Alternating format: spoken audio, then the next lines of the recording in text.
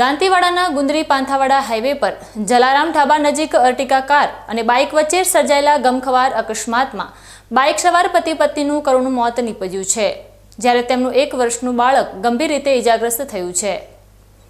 બનાસકાંઠાના સરહદી વિસ્તારમાં આવેલા ગુંદરી પાંથાવાડા હાઈવે પર આજે એક હૃદયદ્રાવક અકસ્માતની ઘટના સામે આવી છે, જેમાં એક હસતો રમતો પરિવાર વિખેરાઈ ગયો છે।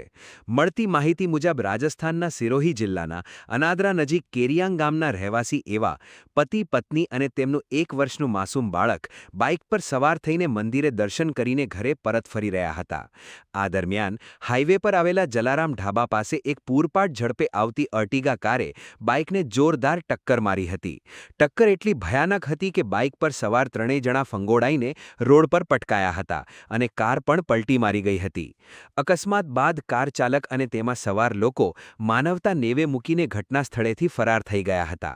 સ્થાનિક લોકોએ તાત્કાલિક લોહીલોહાણ હાલતમાં ઇજાગ્રસ્તોને પાંથાવાલા રેફરલ હોસ્પિટલ ખસેડ્યા હતા, જ્યાં તેમની હાલત નાજુક જણાતા વધુ સારવાર માટે પાલનપુર હોસ્પિટલ રેફર કરવામાં આવ્યા હતા। જો કે કમનસીબે સારવાર દરમિયાન યુવક અને તેની પત્નીએ દમ તોડી દીધો હતો, જ્યારે માસૂમ બાળક હાલમાં હોસ્પિટલમાં જિંદગી અને મોત વચ્ચે જંગ લડી રહ્યું છે।